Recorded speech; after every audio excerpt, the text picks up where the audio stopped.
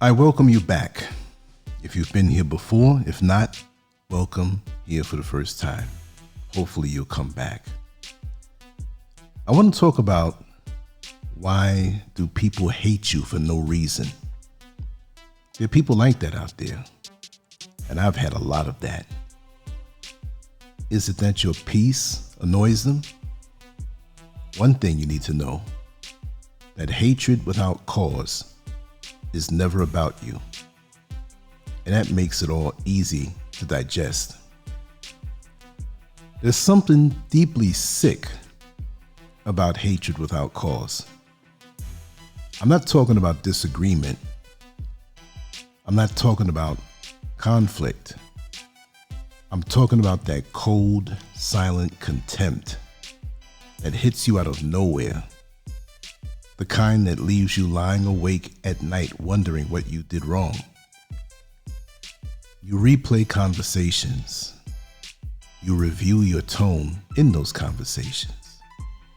You search your memory for the moment everything shifted.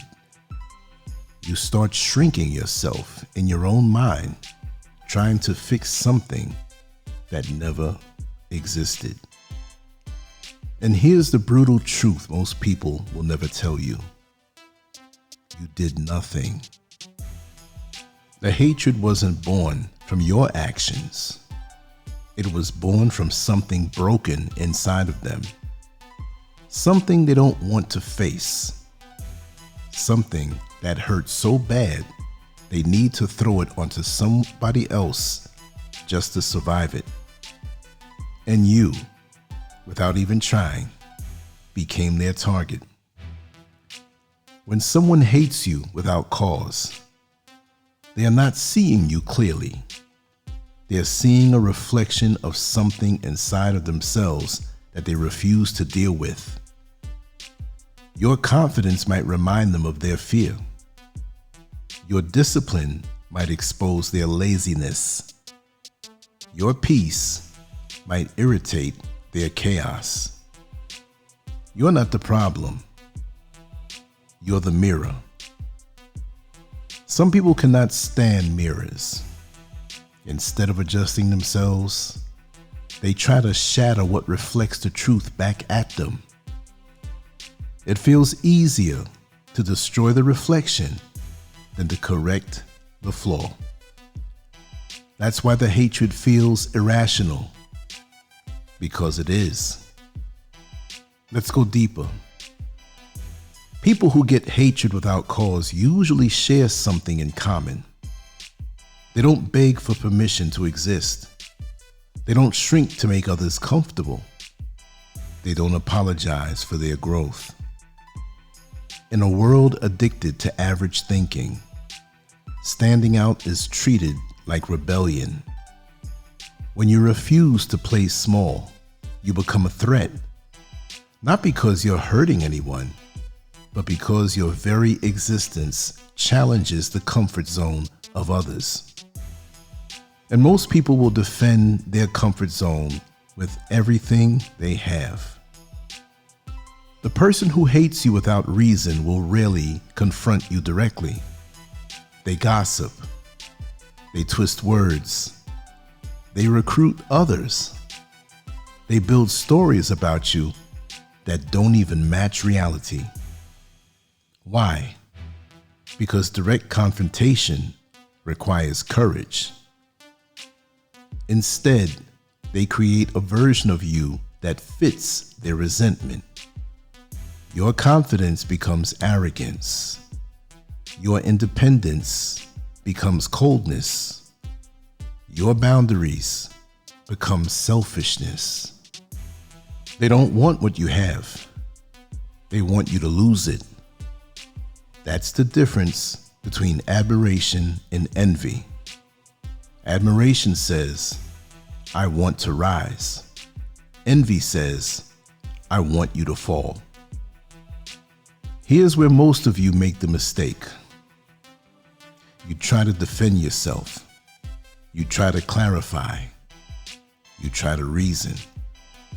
You cannot reason with projection. When someone hates you without cause, They're not responding to who you are. They're responding to a story inside their own mind. And no amount of explaining will fix a story they need to survive their ego. The more you react, the more fuel you give them. Distance is power. Emotional distance is protection. Now let me be honest with you. If their hatred shakes you deeply, there's something inside you that still wants approval, that still wants universal acceptance, that still fears rejection. That is your work. Other people's hatred can expose where you're still fragile, not because they're right, but because your reaction shows where you still doubt yourself. When you're solid in your identity, their contempt becomes background noise. Sometimes it gets worse. One person spreads their story. Others adopt it. Now you're facing a group that looks at you sideways. Trust me, I've been through it. This is where strong people start doubting themselves. When enough people treat you like you're the problem, you begin questioning your own sanity. You start asking, maybe it is me. But ask yourself something honest. Is there a real pattern in your behavior? Or is there a pattern in the type of people who attack you? If the same insecure, threatened personality type keeps reacting to you, that tells you something powerful. You're touching a nerve in a specific mindset. And nerves react when they're exposed. Mediocre people rarely get hated. They get ignored. Hatred requires energy. And people only spend that kind of emotional energy on what unsettles them. If nobody ever reacts to you, you might not be moving enough. That doesn't mean you chase hatred like a trophy. It means you understand that growth disrupts comfort. Authenticity challenges masks. When you choose to live boldly, you automatically make some people uncomfortable. That discomfort is not your responsibility. You don't fight hatred by getting louder. You don't fight it by becoming arrogant. You fight it by becoming solid. Know who you are. Know your intentions. Know your standards. Stop trying to be understood by people who are committed to misunderstanding you. Stop trying to earn approval from those who decided long ago that you're the villain in their story. You don't owe explanations to someone who doesn't want clarity. Here's the freedom most people never reach. You do not need to be loved by everyone. Understand that. The moment you accept that, hatred loses its grip. It stops feeling personal. It becomes data. It becomes information about who is not aligned with you. That's not loss. That's called filtering. Every person who hates you without cause is showing you they don't deserve access to your energy. That is a gift if you are mature enough to see it. The world is full of people operating from pain they refuse to process. Some of them will throw that pain at you. Do not catch it. Do not carry it. Do not internalize it. If someone hates you without cause, let them. You keep building. Keep growing. Keep walking in your truth. Because the worst thing you can do is shrink yourself to make insecure people comfortable. And personally, me, I refuse to do that. So should you. This is deep. I've encountered that a lot in life, right up until the present time. But now, I don't lay awake in bed wondering. I already know what it is. I can't babysit another person's insecurities. I can't babysit what another person thinks so bad about themselves. If you see my confidence, if you see my work ethic, if you see my talents and ability as something bad, then you need to do some soul searching.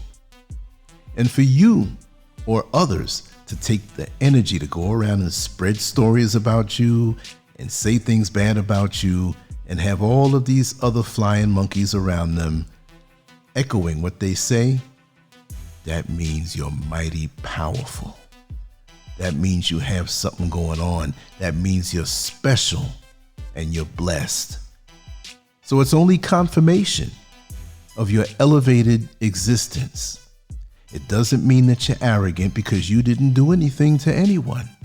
They just see you and they can't stand the fact that they don't have your confidence, they don't have your experience, and they want to tear it down. Don't react. Leave them alone. They're letting you know that they don't deserve your energy. And this is what many people need to know. That's why you go within, continue to grow the seeds of greatness that you were gifted with by the Creator, and let them stay on the sidelines with their mediocre mindset and just be frustrated. That's all it takes. They're revealing themselves while you move on. Anyway, I hope you got something from these words. LanceScurv out. On to the next one. Coming quick. Peace.